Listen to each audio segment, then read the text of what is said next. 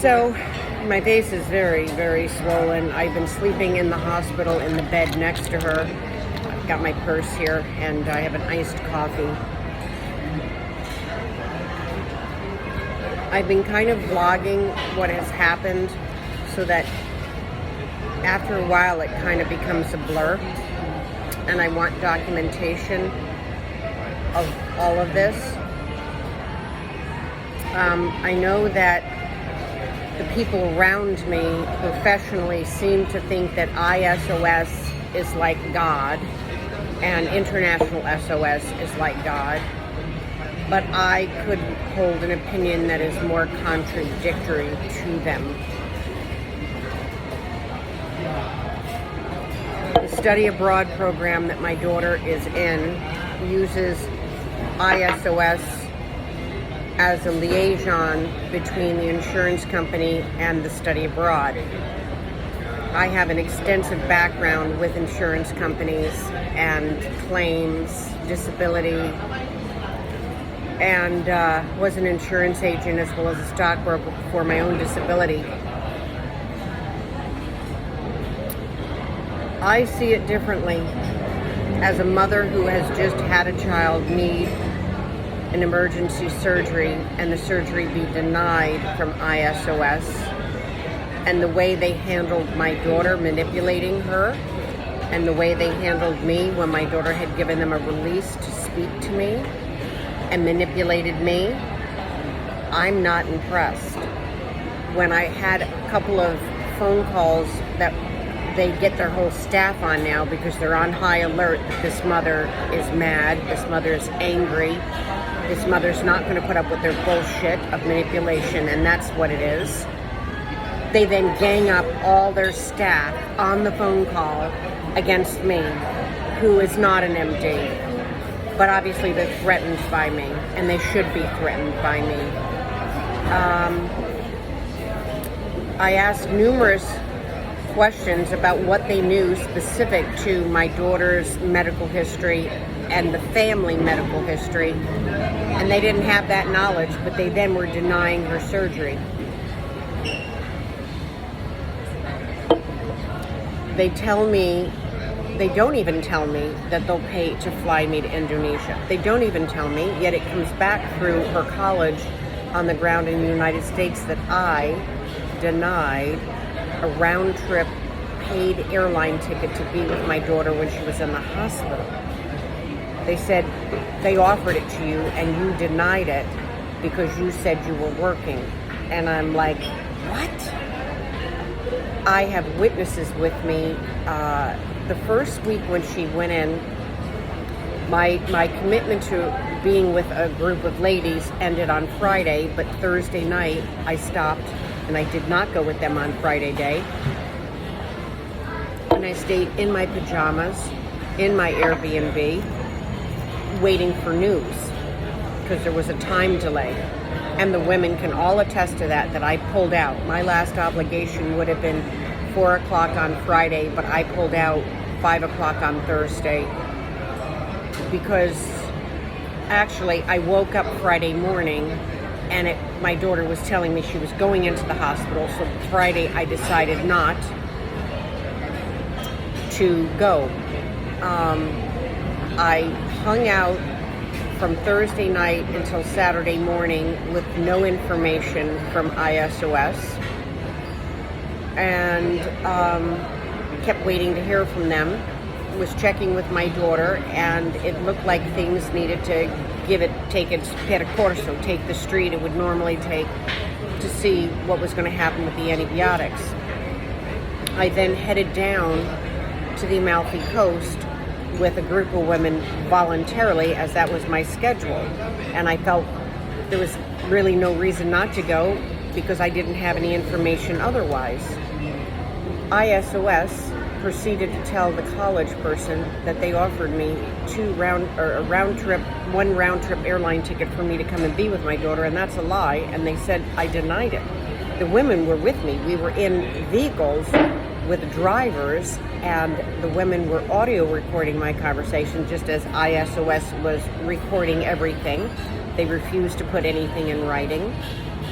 And this wasn't until after the surgery. And at one point in time, I said to them that I was trying to get my ex-husband and my daughter's half-brother from Thailand to go, and that I was trying to come up with the money to pay for their tickets because they said they didn't have money because he's on a pension. And during all of those conversations, they never said, oh, we could pay for her father to come, or we could pay for her brother to come. They never said that. So it just shows how much ISOS is lying. I mean, just blatantly lying. I said, I'm working and I'm in a vehicle and I'm in transit, so sure, I can't go right now. I'm in a vehicle that's in between, a point A and point B, which is 6, but that didn't mean that they couldn't have told me the next day, get a ride back up. And so they manipulated everything. Then when the college actually told me this, I was furious. I went into getting very angry because this is unbelievable what they're doing. I then demanded at that point in time that they fly me there. And from the moment she told me I had that right and they said I had denied it, I think it's probably about in the afternoon. I'd have to look at the messages. It was maybe 4 o'clock.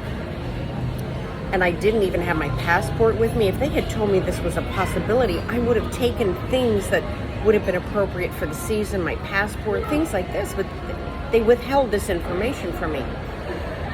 But I immediately called the Airbnb host father. I instructed him to go into the Airbnb and explained where my passport was. He successfully retrieved it in less than an hour of my phone call. My driver was coming down the following morning to come and get the ladies to bring them to the Rome airport. Within that hour of the Airbnb father getting the passport, he handed it off to the driver. And the next thing, the driver left his house at 5 in the morning and came down and picked me up at 10 a.m. and had me at the airport, and I was going out on a flight. So their lack of transparency and honesty caused a delay here that was unnecessary. I could have been with my daughter when she had her surgery. I was concerned and kept expressing how expensive that I'm a low-income, disability income person. How am I going to come up with $2,000 or $3,000 to buy a ticket with less than 24 hours notice? I expressed that to them. Again, they lied. That's all there is to it. They lied. And this is ISOS, and I don't care what anybody is saying. They lied. And they also, afterwards, I found out, they were pressuring my daughter. They kept telling me we're not allowed to write on WhatsApp, that they will send me one message saying you need to call in, but we can't write and explain anything to you in WhatsApp. And we can't really email you because it's just too complicated. You need to call in and talk to us, because they didn't want written documentation. And I found out that they were, in fact, WhatsApping and writing my daughter. I haven't gotten a hold of her phone yet, but I will get a hold of her phone.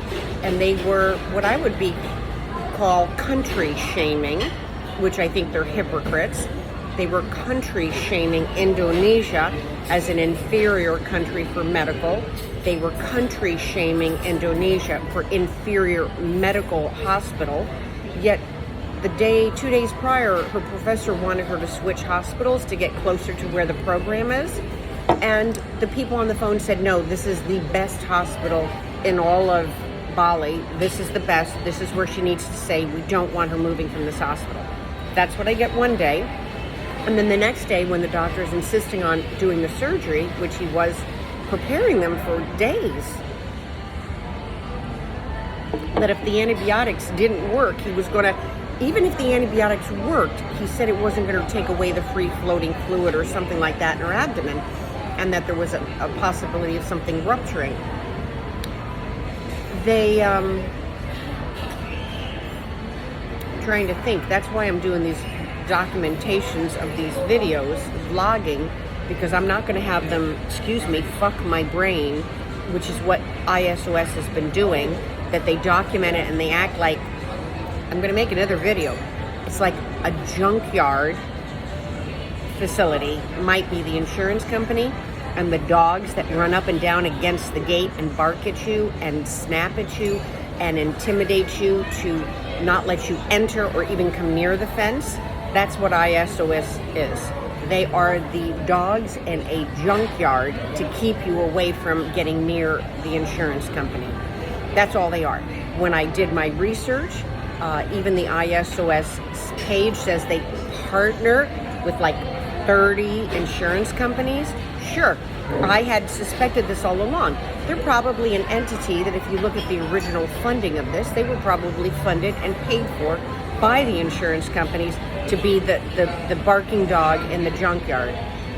Anyway, I'll keep going with the other piece because this is getting long now.